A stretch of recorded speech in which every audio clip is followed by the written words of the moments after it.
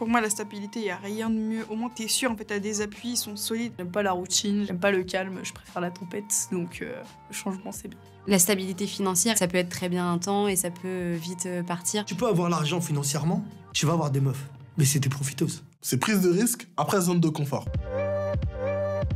Stabilité. Stabilité.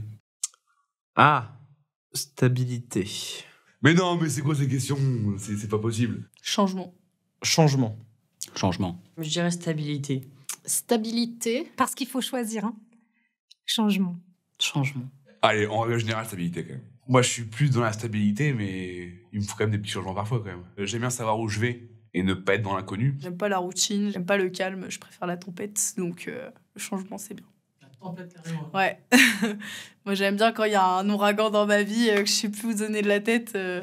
C'est mieux que se faire chier. Du changement permanent. Un peu comme disait Gandalf, toujours être en mouvement, toujours. La stabilité, c'est la routine et c'est la mort. Pour moi, la stabilité, il n'y a rien de mieux. Au moins, t'es sûr, en fait, t'as des appuis, ils sont solides. C'est comme la fondation d'une maison. Si tu veux changer 15 fois les choses, au bout d'un moment, ça tiendra plus la route. Même si parfois le changement, il peut avoir du bon. Le nouveau, ça fait pas de mal, mais ça reste quand même un danger, je pense. Des fois, il vaut mieux rester un petit peu sur ses appuis et être tranquille que de chercher à faire plein de changements, d'être dans une situation compliquée. La vision que j'ai de la construction et de l'avenir que je veux, ça passe obligatoirement par une stabilité. J'aime bien avoir mon petit confort et j'ai un peu du mal avec le changement. J'aime bien évoluer, j'aime bien connaître d'autres choses et voir un peu tout. J'aime bien être polyvalente, mais pas gros changement. Je pense que la stabilité est essentielle parce qu'on est des êtres d'habitude. Et trop de changements mènent au chaos, on ne sait plus où on est et c'est très difficile. Il y a certaines choses pour lesquelles on ne peut pas changer. On ne peut pas tout le temps changer d'amis, on ne peut pas tout le temps changer de mari, on peut pas changer de parents. La stabilité, parce que ça me permet de garder un équilibre et ensuite de provoquer des changements. Changement parce que j'aime pas me reposer sur mes lauriers, en fait. Même si souvent, finalement, ça me fait peur, j'aime bien me challenger et apprendre, découvrir, faire de nouvelles choses, sortir de ma zone de confort, finalement. Même dans nos rapports aux autres et dans nos rapports à la vie, on évolue en permanence.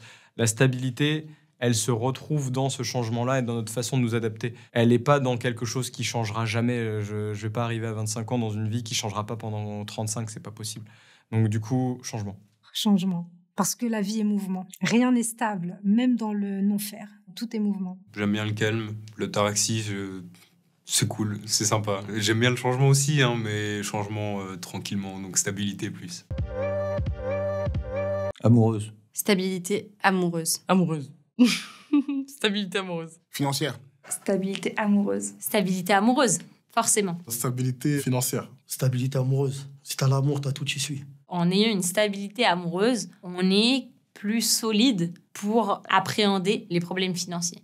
Là où si on a une stabilité financière, mais que émotionnellement, ça va pas forcément, eh ben on peut tout perdre à tout moment. J'aime bien l'amour, mais l'amour pauvre, ça en met nulle part. Parce que l'argent, ça crée forcément des problèmes à un moment. Donc, stabilité financière. La stabilité financière, elle peut, tu me diras comme la stabilité amoureuse, mais je trouve que la stabilité financière, ça peut être très bien un temps et ça peut vite partir. Je pense que si moi ça m'arrivait et que j'ai la stabilité amoureuse, je pourrais survivre à ça. Inversement, je suis pas sûre. Déjà, financièrement, t'attires quoi? À part des tuants, rien d'autre. Ça, c'est les filles faciles, ça. Tu récupères.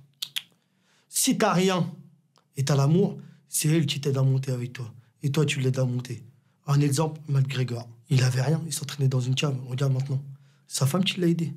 Stabilité amoureuse. Maintenant, ils ont les deux. Tout simplement. Et il est toujours avec sa femme. Et ils ont des enfants. Tu peux avoir l'argent financièrement, tu vas avoir des meufs. Mais c'est des profiteuses. Tu vois? Si t'as rien dès le départ et t'as une meuf, elle est amoureuse, et t'as rien, et elle a là, et toi t'as rien, elle a t'aide, et toi tu commences à te relever, toi tu l'aides derrière, vous relevez, c'est carré. Stabilité financière, ça peut varier, même si, amoureuse aussi, mais si tu as une stabilité amoureuse et même affective de ton entourage et que c'est stable, c'est plus facile de contrer tout le reste. Alors que même si tu as une stabilité financière au top, si ta vie amoureuse est bof, c'est nul.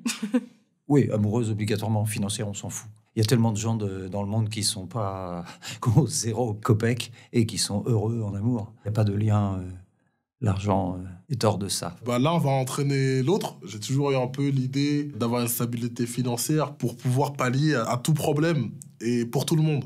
Si on n'a pas de problème d'argent, je vais pouvoir régler tous les problèmes. Pas tous les problèmes, mais la majorité des problèmes pour tout le monde, en fait. Aussi, le fait de pouvoir apporter des solutions directement quand il y a un dilemme, c'est une marque d'admiration. Ça peut renforcer l'amour et ça peut pas créer de l'amour, hein, mais ça peut le renforcer énormément. Il faut pas avoir honte que ça va ensemble. Je ne réussirai pas ma vie si je n'ai pas construit ma famille, mon foyer, et que je suis stable dans ça, en tout cas. Pour moi, c'est vraiment un échec si j'y arrive pas. Enfin, les deux sont importants, mais pour ma santé mentale et mon équilibre, c'est beaucoup plus important de construire ça. Pour moi, c'est une forme de richesse, en fait.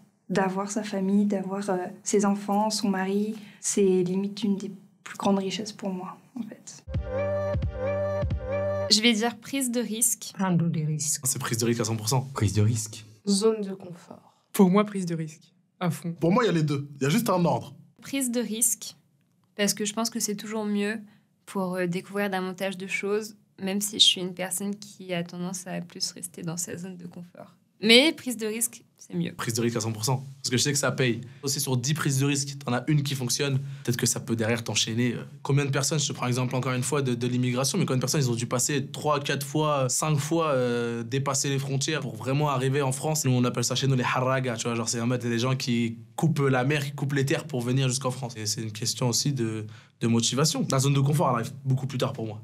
Elle arrive à un stade où, vas-y, ok, l'argent fait que de rentrer, j'arrête de compter, voilà, tu vois, c'est vraiment en mode, c'est bon, je peux dormir sur mes deux oreilles. Ça, à ce moment-là, oui, zone de confort, ok, on se stabilise. Et encore même là, je pense que je ferai toujours en sorte pour faire quelque chose de meilleur. Pourquoi prendre des risques quand on fait des choses qui fonctionnent en étant confortable?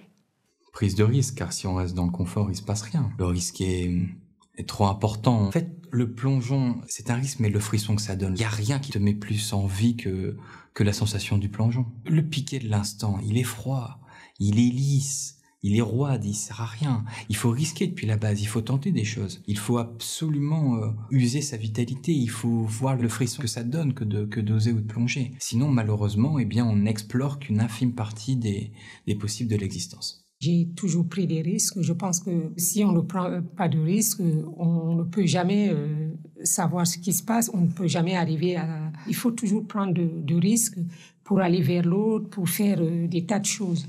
J'ai l'impression que zone de confort, on n'avance pas. Je sais pas, je pense que c'est mon caractère. Mais j'ai jamais envie d'être dans l'immobilité. J'ai envie de sortir, ouais, j'ai envie de... Je sais pas trop comment le résumer, en fait. Mais la vie est courte, on a tellement de choses à découvrir que je veux découvrir le plus possible. Et pour découvrir, rester dans sa zone de confort, ça marche pas. Donc il faut prendre des risques. C'est prise de risque après zone de confort. Mais la prise de risque, elle est inévitable. Moi, personnellement, qui en ai pris et qui ai déjà échoué, il faut savoir se relever. Mais quand tu réussis, t'es tranquille et tu savoures. Plus t'avances, plus les risques ils sont moindres. Parce que, en fait, au début... Parfois, ça demande de sacrifier tout ce que tu as. Alors qu'après, tu as. Donc après, ça sacrifie une partie de ce que tu as. Parce que parfois, tu es le seul à y croire au début. Quand tu n'as rien, tu peux être le seul à croire à ton projet. Après, quand tu réussis, là, tu commences à avoir des adeptes, c'est inévitable. Et après, tu as beaucoup plus de gens qui te soutiennent. Donc ça va mieux, en fait. Tu vois, tu investis, mais ça va mieux, en fait.